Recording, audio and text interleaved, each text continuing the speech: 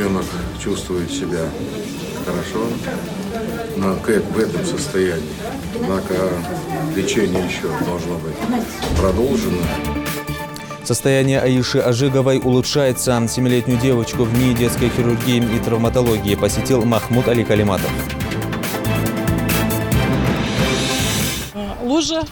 Позавчера гравер привезли, вроде бы разровняли трактором, бульдозером. Опять пошла лужа. Лужи, грязь и нестерпимый запах. Коммунальные проблемы жителей улицы Борова в Магасин постепенно наполняют подвал и вытекают на улицу. На данном объекте задействовано 8 единиц техники и 15 человек, занимающихся строительно-монтажными работами. Синий камень больше не выйдет из берегов. На каком этапе берегоукрепительные работы в селе Средний Очелуким, выяснял наш корреспондент. В какой-то определенный момент, не знаю, говорят, открывается второе дыхание, и ты вроде чувствуешь, что ты вроде как и устал, но ты идешь, ноги сами идут. Заряд адреналина, море впечатлений и потрясающий пейзаж. В Джайрасском районе прошел этнокультурный праздник Мягтсели. Нам надо сделать тренчик и напряжку. Вот такую вот штучку. Кожаные изделия ручной работы. Багаудин Измайлов поделился секретом и тонкостями своего кожевенного мастерства.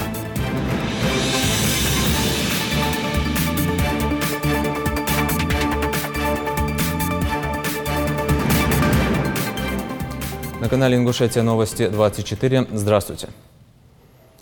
Временно исполняющий обязанности главы Ингушетии Махмуд Али Калиматов навестил в НИИ детской хирургии и травматологии 7-летнюю Аишу Ажигову, доставленную туда 5 июля с травмами и ожогами.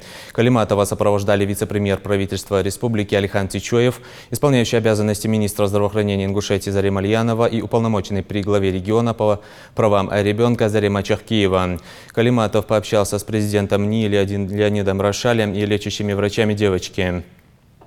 Поблагодарил за оперативную помощь ребенку и за лечение, которое Аиша получает. Вместе с Рошалем в Рио главы Ингушетии прошел в реанимацию, где лежит девочка, и пообщался с ней. На вопрос, чего сейчас она хотела бы, девочка ответила, что хочет макарон, сока и мороженого.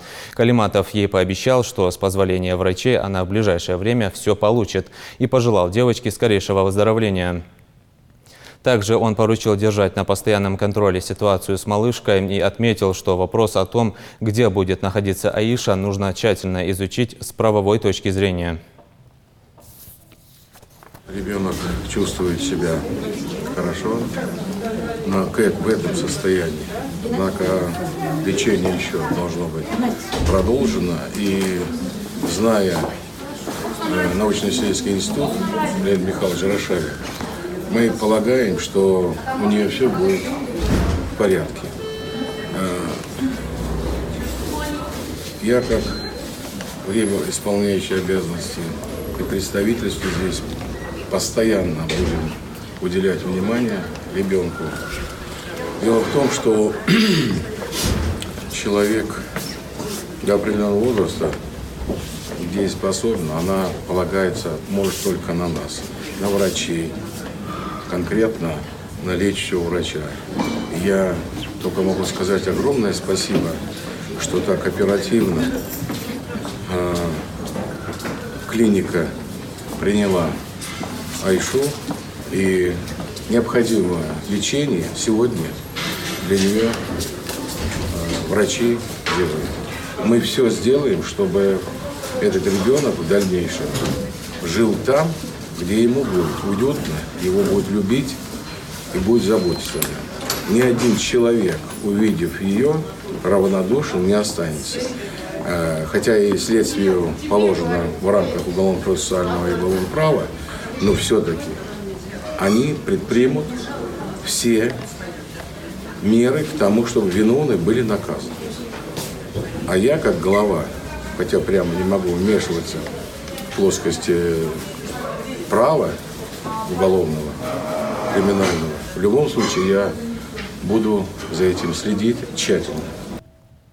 И сегодня в НИИ детской хирургии и травматологии состоялся пресс-подход. Леонид Рошаль и врачи института ответили на вопросы журналистов и подробно рассказали о состоянии Аиши Ажиговой и комплексном лечении девочки. У нас Сегодня такое время, когда один человек в любом коллективе не решает вопрос окончательно, как лечить и что делать. Это сейчас комплексное лечение. И этой девочкой занимались в Ингушетии. Этим девочками занимались многие врачи, многие специалисты нашего института. Это результат комплексного лечения, комплексной мысли. Значит, что наши сотрудники консультировали ребенка, когда он был там в Ингушетии. Микиш, директор института, непосредственно был на связи с ним. У нас такая общая линия, у нас продолжает это сейчас. Аиша Ажигова находится в реанимации НИИ неотложной детской хирургии и травматологии 10-е сутки. За это время врачам удалось стабилизировать общее состояние ребенка. На фоне непрекращающейся терапии показатели эндогенной интоксикации существенно снизились. Девочка стала активнее, самостоятельно ест и просит еду. Она продолжает находиться под наблюдением команды врачей, реаниматологов, хирургов, команды реабилитологов. Однако проблема сохраняется в каждом направлении.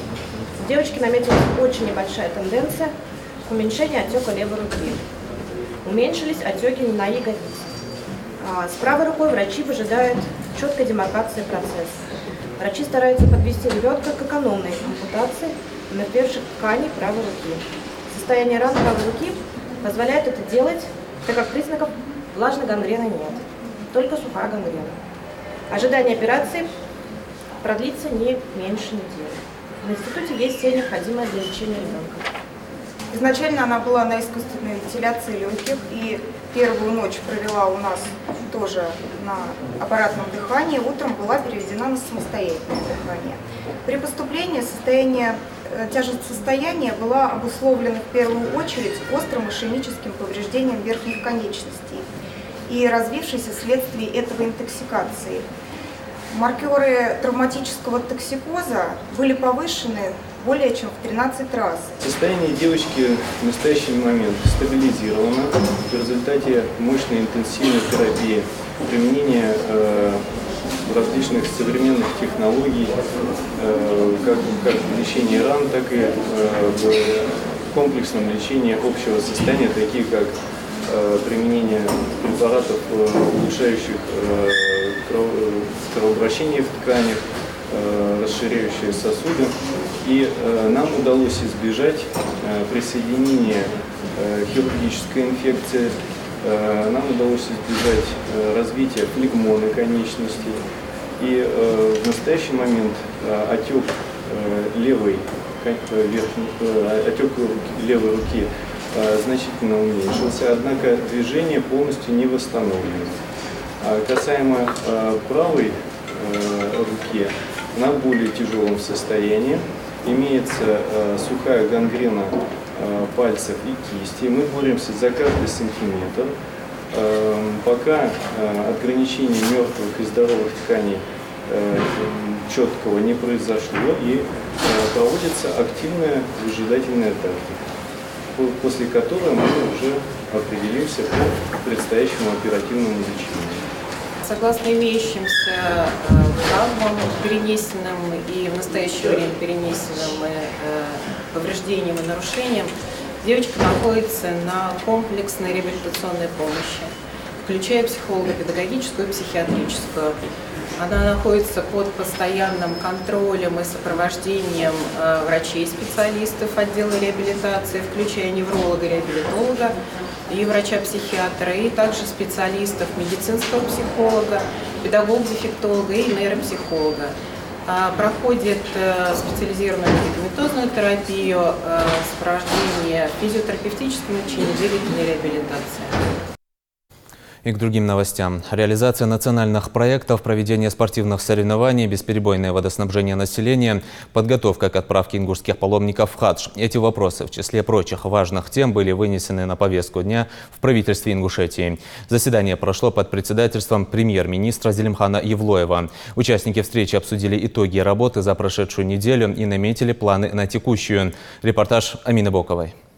Предстоящая неделя в республиканском правительстве обещает быть насыщенной. Назначены десятки совещаний, как с кабинетом министров, так и с рабочими группами и комиссиями. Поводы для собраний самые разные. Будут обсуждаться темы развития региона. В частности, это реализация нацпроектов, подготовка к проведению в республике чемпионата России по вольной борьбе, электронная ветеринарная сертификация. Вопросом, требующим особого внимания, премьер правительства назвал водоснабжение. Зелимхан Евлоев отметил, в целом ситуация в этой сфере в регионе стала лучше, но в то же время сохраняются некоторые проблемы. Новый руководитель предпринял меры, которые позволили улучшить водоснабжение,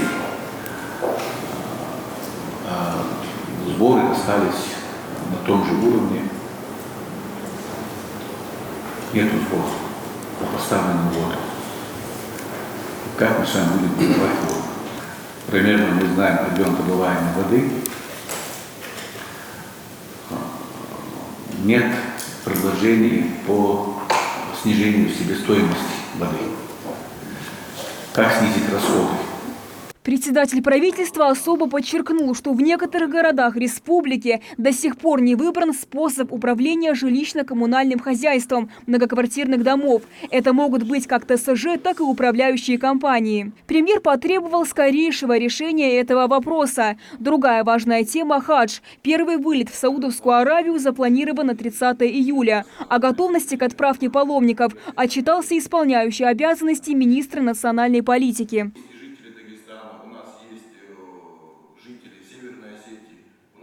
Которые от нас улетают, и жители Кабардино-Балкарии, Карачаево-Черкесии, которые хотят улететь с нашего аэропорта.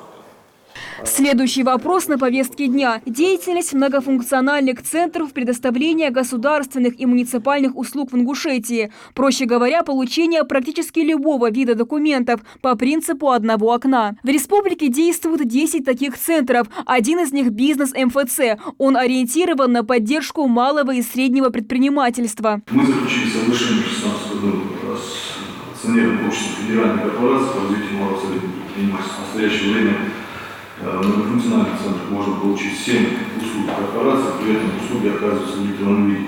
Наиболее популярной услугой является услуга регистрации на портале «Бизнес-навигатор». В последнее время портал становится все более популярным среди предпринимателей, использующих данные интернет-сервис. В период с января 2018 года по июнь 2019 года оказано 214 услуг федеральной корпорации. В общем, за все время сотрудничества было оказано порядка 330 услуг. О своей работе отчиталось и руководство природного заповедника Эрзи. Комплекс сотрудничает с различными специалистами и учеными из Санкт-Петербурга и других городов России. Во время последних научных работ на территории музея были обнаружены сотни видов редких растений, в том числе 200 видов лишайных растений, 22 из которых новые для России. А недавно на территории заповедника были обнаружены следы переднеазиатского леопарда, или, как его называют в народе, кавказский барс. Это редкий представитель кошачьих. В мире их насчитывается около 1000 особей. Данная информация нами направлена в Министерство ресурсов России. Они по своему графику работы в августе месяце будут рассматривать вопрос включения Республики Ингушетия в федеральную целевую программу по репродукции федерации леопарда. Касаемо охраны комплекса, докладчик сообщил, что патрулирование территории осложняется тем, что заповедник расположен в горной местности. В результате охранной деятельности за период первого полугодия 2019 года было составлено 18 протоколов за нарушение заповедного режима. Зелимхан Евлоев подчеркнул необходимость бережного отношения к флоре и фауне республики. Также он поручил проработать данный вопрос и в ближайшее время представить предложение. Амина Бокова, Адам Далаков, Новости 24. Если некоторые жители республики испытывают нехватку питьевой воды, то в Магасе она в избытке. Даже по улицам льется, образуя грязь и неудобства для горожан и затапливая подвалы. На эту коммунальную проблему жалуются жители 7 и 8 домов по улице Борова. Невзрачная картина и невыносимый запах заставляют жителей все чаще обращаться за помощью во всевозможные инстанции, но пока безрезультатно. И это не единственная экологическая проблема жителей. Мака Дударова с подробностями. Вот уже несколько месяцев жители многоэтажки терпят неудобства из-за порыва трубы. Застоявшаяся вода образовала большие лужи на дороге, людям негде пройти. А машины, проехав здесь, развозят грязь по всему двору. Что еще хуже, это неприятный запах, который разносится на всю округу. Лужа. Позавчера гравер привезли, вроде бы разровняли трактором, бульдозером. Опять пошла лужа, вода стоит. Вообще кошмар. И такие комары нам долетают, такие черные. Таких никогда не было, как сейчас почему-то.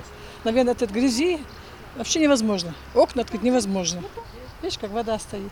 Когда дождь шел позавчера, я боялась, что этот дождь к нам зайдет в подвалы. Потом это сырость будет. Вода стекает также и в подвальные помещения, постоянно затапливая их и образуя сырость. За все это время жители не раз обращались в различные инстанции с просьбой решить их проблему. Были они и в администрации Магаса, но решительных действий не дождались. В четверг была у заместителя Цычоева Беслана в администрации. Он мне обещал, и при мне позвонил Гурчиеву, водоканал, чтобы они приехали и раскопали эти трубы, которые течет вода, чистая вода, вытекает там. И до сих пор, вот уже неделя прошла, вторая идет, и никто не приехал оттуда. Никаких результатов нет. Зина Гайсанова всячески старается следить за порядком своего двора. Несмотря на то, что вывоз мусора производится строго по расписанию, ей и самой приходится собирать разбросанный по всей территории мусор и даже подметать. Но одной пары рук не хватает, чтобы поддерживать чистоту вокруг дома. Подъезжают на машинах к мусорке, выгружают мусор рядом и уезжают. У себя чистоту наведут, а здесь грязь разводят. Правда, ЖКХ регулярно машина ездит, убирает мусор. Но и не мудрено. Здесь, вы знаете, все 8 домов обслуживают вот эта вот одна мусорка. Зина надеется на сознательность жильцов дома и что в скором времени у нее найдутся помощники для поддержания чистоты во дворе. А проблема с утечкой живительной влаги остается открытой, пока представители ответственной службы не соизволят сделать свою работу. Макка Дударова, Милана Хамчиева, Магомед Доскиев, Новости 24.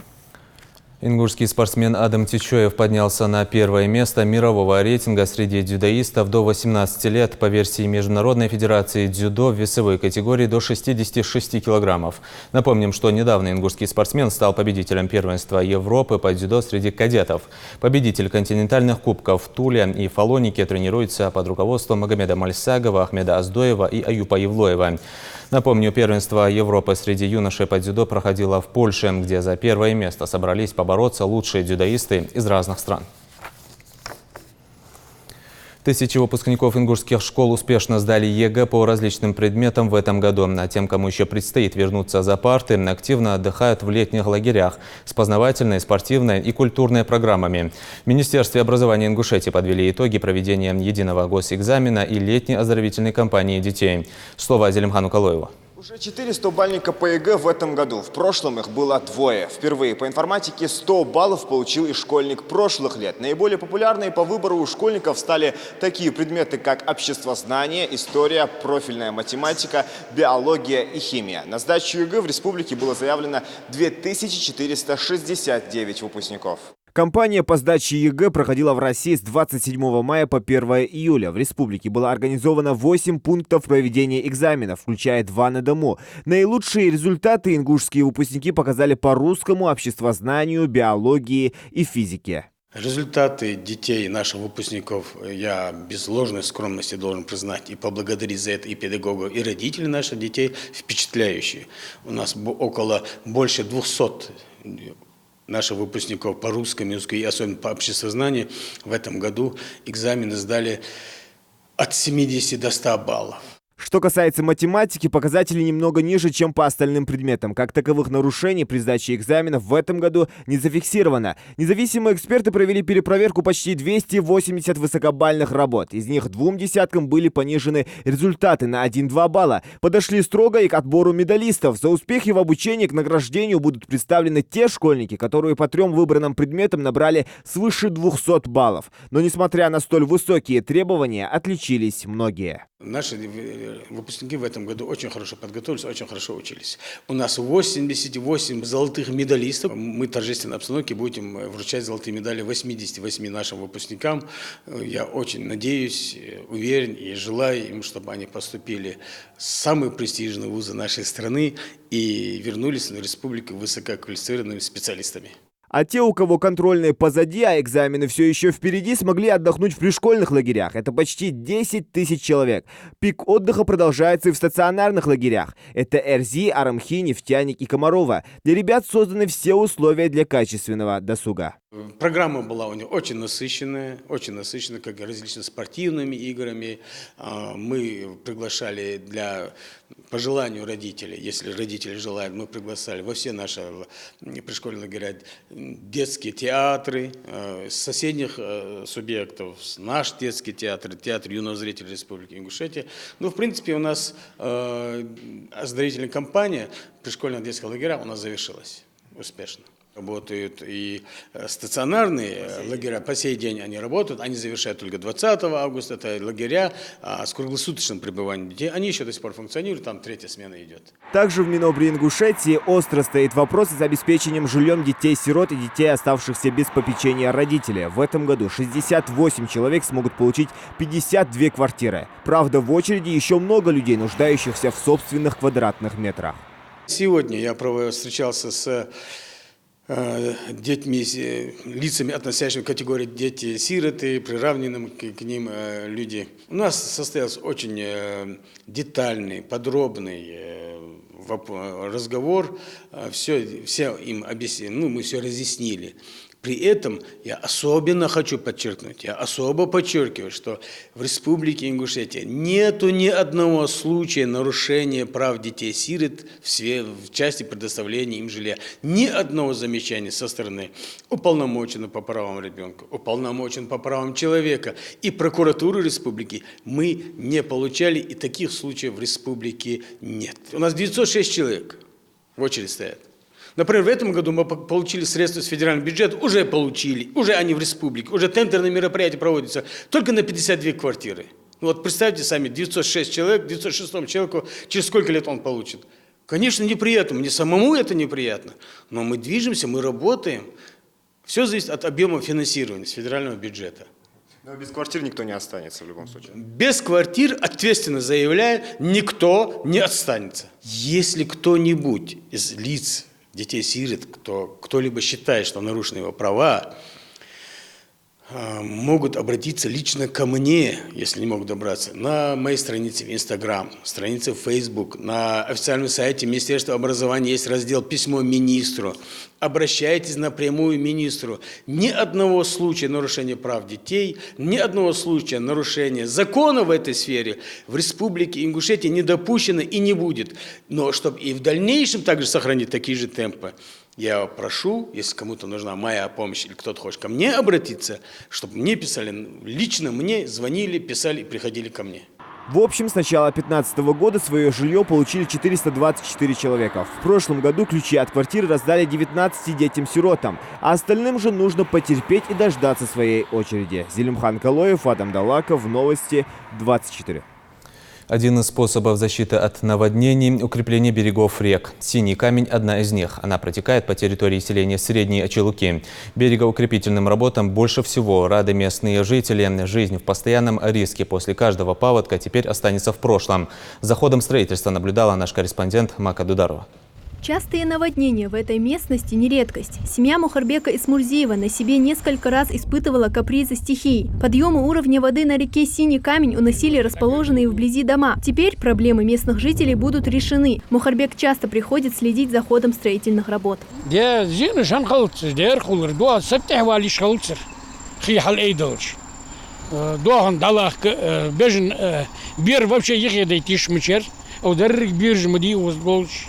Дер опасным дар биржте.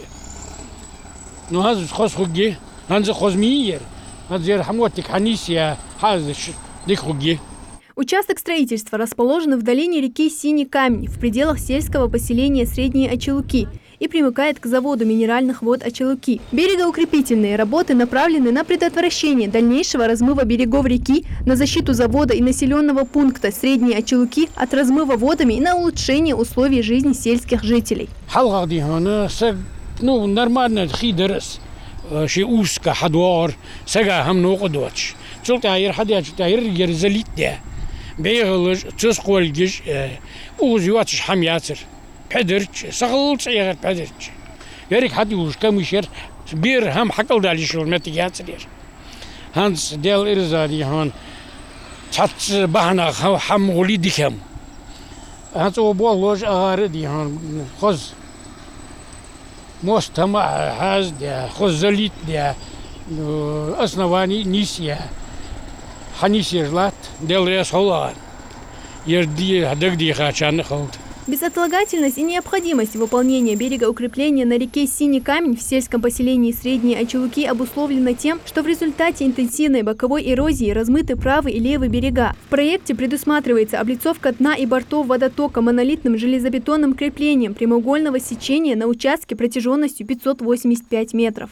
На данном объекте задействовано 8 единиц техники и 15 человек, занимающихся строительно-монтажными работами.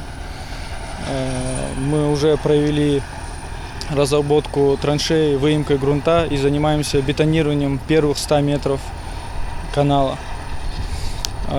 Уже завершили 65% грунтовых работ и 20% строительно-монтажных работ. После планирования строительства произошел оползень. На данный момент мы занимаемся ликвидацией последствий оползня методом террасирования.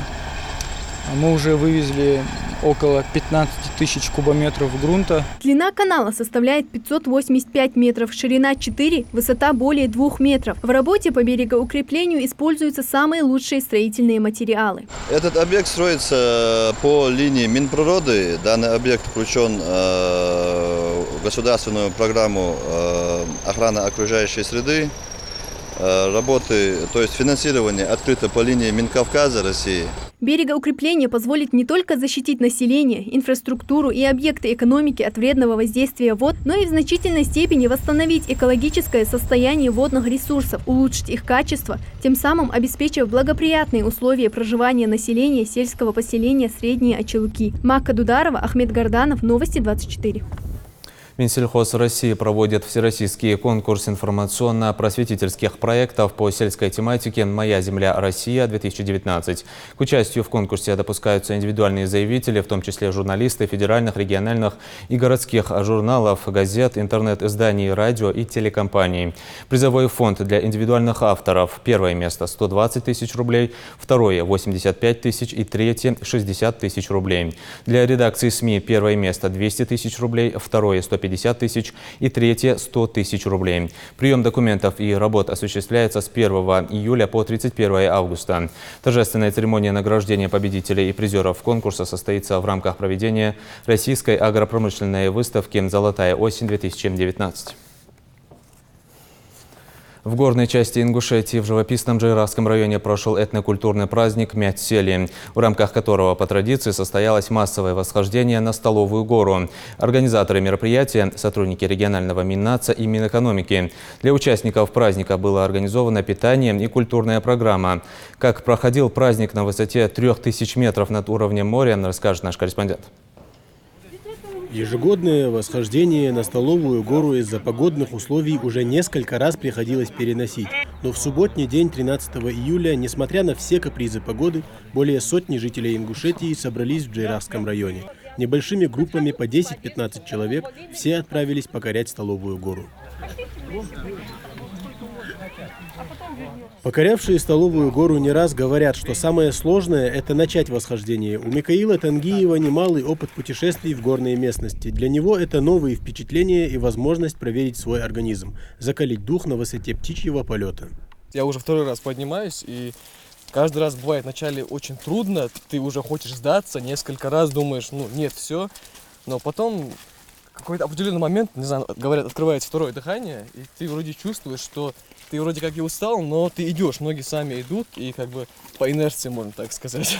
Столовая гора у ингушей издревле считалась местом священным. Как говорят историки, когда-то на вершине было 3 храма. До сегодняшних дней сохранился только Мять-Сели. Он и является конечной точкой в маршруте. Первая остановка на пути к вершине – Родник. Здесь путешествующие пополнили запасы воды и немного отдохнули. Дальше начинается серпантин – извилистая дорога шириной в полметра. Идти по ней сложно, приходится периодически останавливаться. Выйдя на седловину горы, путники направляются дальше к храму. Самое сложное уже позади, и столовая гора, можно сказать, уже покорена. Наравне с мужчинами восхождение совершали и девушки. Я здесь оказалась по приглашению коллег. Мы с коллегами решили собраться, плестись. Это первый раз я здесь. Ощущение необычное, устала очень, но все равно эйфория, радость. Это древняя земля наших предков, и здесь, мне кажется, мы как-то уже по-другому себя ощущаем. Густой туман, периодически окутывавший вершину, не испортил настроение участникам восхождения. Сделав несколько памятных фотографий, все начинают спускаться вниз. Как правило, обратная дорога занимает меньше времени, но больше устают колени. А внизу всех уже ждет сытный обед. Праздник Мягцели удался на славу. Это мероприятие важно как и для нас самих, так как это исторический праздник, так как мы видим, как жили наши предки, ходим тропами наших предков. Но это важно также и для гостей, которые приезжают. Они не просто видят наши исторические ценности, они с нами общаются, познают нашу культуру. За границей только можно увидеть такую красивую природу. Приезжайте, мы всегда рады видеть всех, вне зависимости от национальности, вне зависимости от конфессиональной принадлежности. Всех рады видеть, приезжайте, добро пожаловать всем.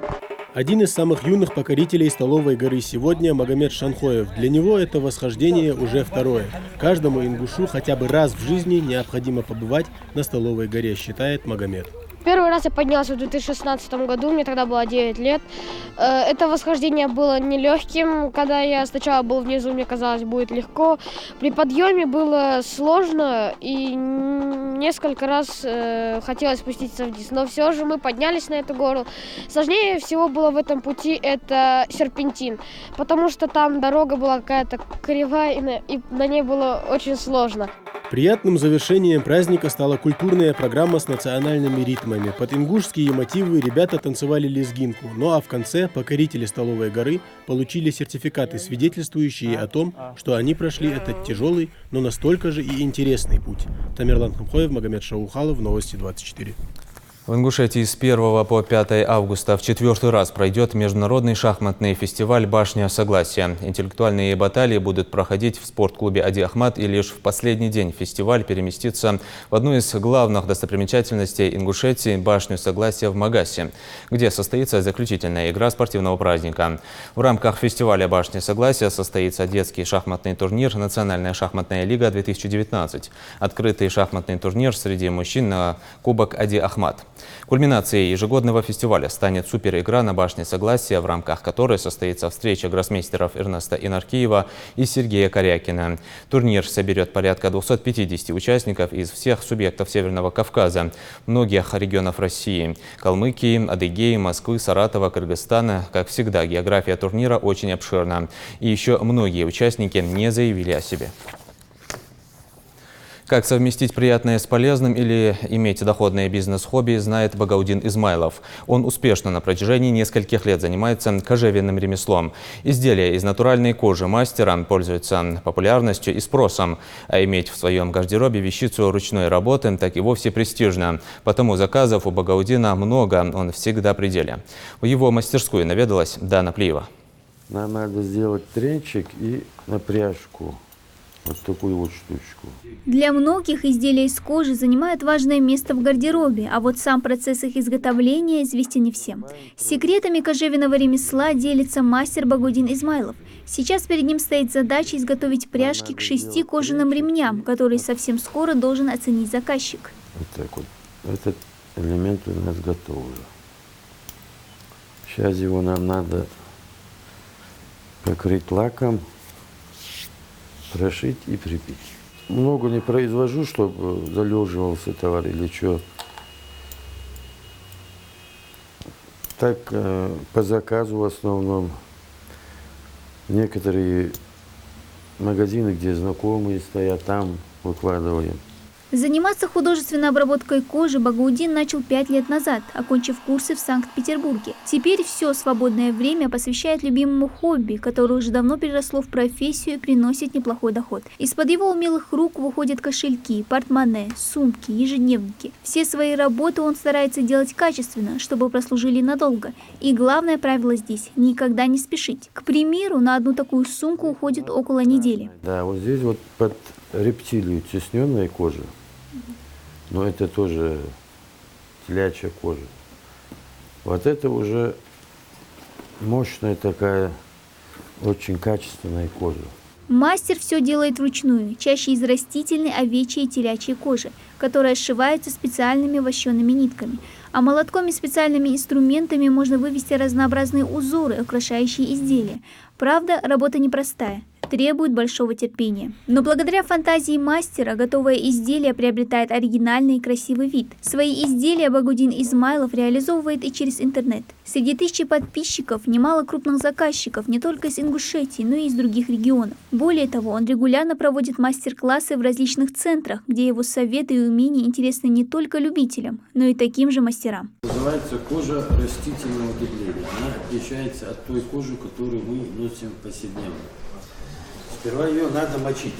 Интерес и талант в работе с кожей, вспоминает Багаудин, ему передался от предков, которые еще в Казахстане шили и продавали обувь из этого материала. В детстве этим увлекался и сам тогда еще будущий кожевенник. Кожа всегда нравилась, не знаю, в детстве сам себе обувь я прошивал. А тогда дорого стоило, чтобы прошить обувь. Советская обувь по качеству очень плохая была. Если хорошие зимние сапоги купили, обязательно их надо было прошить. А чтобы пару прошить, тогда это 6 рублей стоило. Это много денег было. А я сам прошивал себе их. Сейчас мастер также принялся за изготовление обуви, и главный помощник в этом деле – двоюродный брат Юсуп. Обучившись кожевенному ремеслу у родственника, он уже 3 года работает вместе с Багаудином. Овладеть этим ремеслом сподвигло желание сделать что-то своими руками, делится Юсуп. Обувь он также изготавливает на специальных станках. На одну пару уходит около 5 часов. Еще много чего надо закупить. Оборудование у нас достаточно примитивное, пока ручное, потому что все это должно быть автоматизировано. Вот пресс, например, изготавливается клише под оттиск на вот этом вот изделии. И потом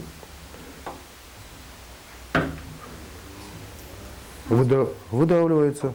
А должно быть оно автоматизировано. Ну, это со временем. Потихоньку будем развиваться. В перспективе у братьев Измайловых покупка нового оборудования и еще больше изделий, которых ждут не дождутся заказчики. Но главное – это найти для себя любимое дело в жизни, которое приносит интерес, считает кожевенных дел мастера. Дана Плиева, Асхаб Белакиев, Новости 24. На этом наш выпуск завершен. Оставайтесь на канале Ингушетия.